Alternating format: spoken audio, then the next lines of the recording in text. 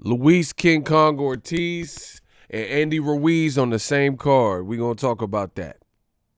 What up, Fight World? It's your boy Ego, and I'm back with some more boxing. Make sure you smash the like button. Also, subscribe to my channel for the latest and greatest in boxing. Make sure you guys smash the like button. Subscribe if you're new. I drop daily content. Use my affiliate links, ESPN Plus. Use that link below. They got a ton of original content, docuseries, documentaries, and shows for you to watch. And it does help the channel continue to grow. Now, let's talk about it. It looks like Luis King Kong Ortiz is going to snap a long, almost a year layoff. He last fought Deontay the Bronze Bomber Wilder, and he's going to fight on the undercard November 7th of a reported Chris Arreola versus Andy Ruiz fight. I want to give my thoughts on that particular card, and it's slated for Fox. As you guys know, Fox didn't unveil their whole entire schedule, but they unveiled some of the fights, and it looks like Luis Ortiz is going to join Andy Ruiz, and they're going to have separate bouts, I believe, building towards them fighting each other should they both win and prevail. And I think this is an excellent idea. This is what boxing needs, and this is what boxing is missing. And I've been big. If you listen to my channel and study what I say I'm big on a succession plan. I remember from the business world before I got into boxing, that's one of the things that my manager had, taught me about the succession plan. Like, have something in place for when I would promote, because I was always promoting within the company and stuff like that. So basically start molding and training someone that could take my job, so it makes the transition much easier. So boxing needs these things as well, because boxing is a very passionate sport, and the storyline is big, and not enough people and promoters utilize that aspect of the storyline. Having a good storyline is everything in boxing. Like, oh, these two sparred back in the day, or this person beat this guy in the Olympics. These things are important. So it's the same way when you put two fighters you want to match on the same card against other opposition. Now, I see old media, they're trying to hate on the fight because Luis Ortiz is fighting Scott Alexander. Not a big name. This is his page for you guys that are interested. And, people are trying to have issue with that, saying like, oh, why is he fighting this dude? And, this, that, and the third. They're saying, who is he and all that. The guy doesn't have an impressive record, 16-3-2. Not that much KOs. You see that? 38%, 86 rounds, 6'3". Nothing just stands out like the resume names. Nothing just stands out as, he's like this heavy hitter that everyone should watch out for. However, Luis Ortiz and Andy Ruiz, you have to be realistic. See, a lot of people in boxing, they don't want to be realistic. Both of these guys came off of convincing losses at the champion level. Former champion, when he was a champion, WBC champion at the time, Deontay Wilder, for the second time knocked out Luis Ortiz. This is a fact. The second time was a more brutal knockout because it was really a single shot. He got baited in at the end, last 10 seconds of round 6. Bap! Sniper shot from Wilder. Looked like a Call of Duty headshot, JFK, right? He folded. So Luis Ortiz at age 41, after taking 2 knockout losses to one of the most powerful guys in the history of boxing, you don't know how a fighter is going to be after that. That's just being honest. You really don't know how Luis Ortiz will respond at age 41, going all them rounds with Wilder. What is it, like 6 + 11, 17 rounds or whatnot, with Wilder being stopped and dropped multiple times with him, just the mileage from his amateur career, all that. So why wouldn't he take a tune-up? PBC, this is how you know when you're in the position and you're leading the pack, because the rules seem to be different for PBC than any other promotional company. They're held to such an insane standard that nobody else in boxing is held to. You'll see Top Rank, they'll put out whatever schedule. Some of the fights are falling apart. People are failing drug tests. Some of the matches aren't really revered or known names. You hear no criticism.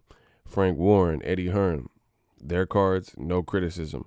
But when Sean Porter, who's coming off a unification and a loss to Errol Spence, when he fights a random undefeated German guy, Sebastian Formella, those same fans and critics come out and say, oh, why is Sean Porter fighting this guy? And, you're seeing that here with Luis Ortiz.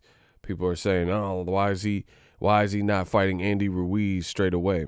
Listen, as a boxing fan, like I said, succession plan.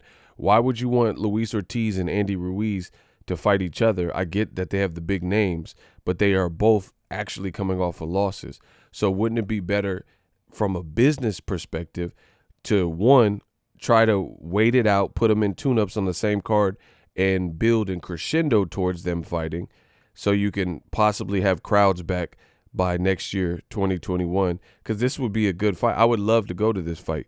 If Andy Ruiz and Luis Ortiz fight like at the Staples Center, count me in. I would definitely go there, right? So you wait that out, and hopefully you can get some type of crowd for an exciting heavyweight fight. But two, allow them tune-up style fights where they could possibly get a win in the win column, and we could see what they look like, since Ruiz is coming off the Joshua Saudi Arabia loss where he trained bad and was overweight and didn't look good. And Luis Ortiz got, as I mentioned, to another champion at the time, Deontay Wilder, he got crucified.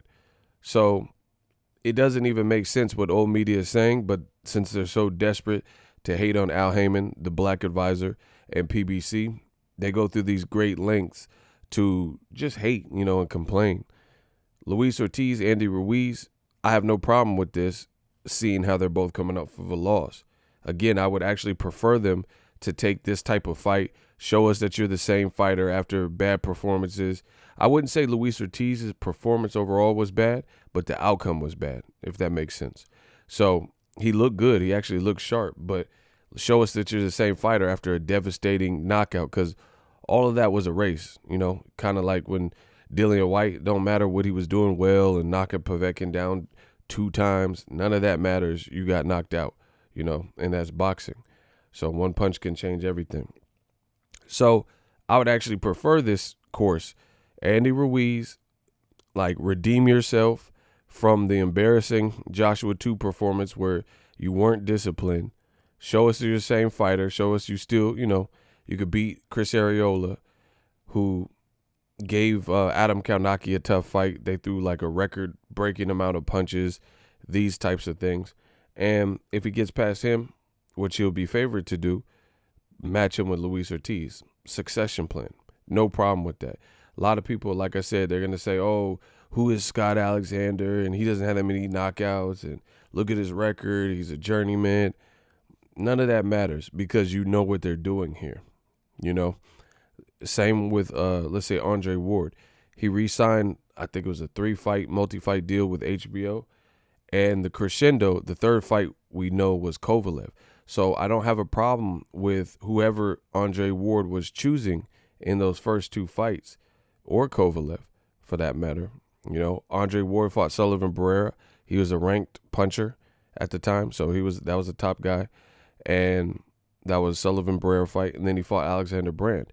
They try to get better options, but, who wants to fight Andre Ward and get embarrassed?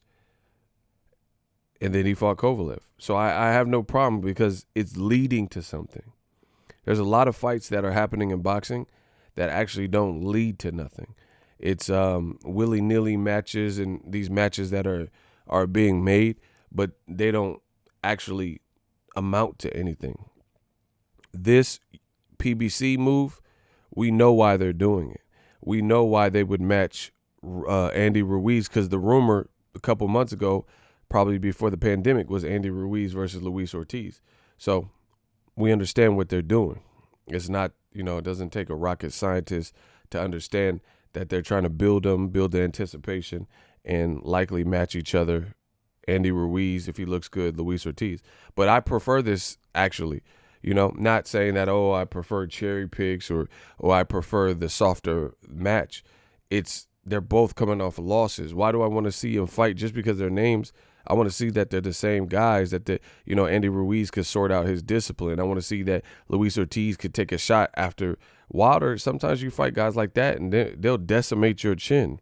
You won't be the same person after that. You see what I'm saying? So I need to see that these are the same fighters that we've all come to respect and love. And then I want to see them fight each other. No problem with that at all. Boxing fans have to be realistic. They want Sean Porter to fight, Broners and Kell Brooks and Danny Garcias and Keith Thurmans, then fight you guys and fight Errol Spence, and then he got to fight Terrence Crawford in his next fight, or he got to fight an Errol Spence rematch, or they're not satisfied. I mean, it's just not realistic.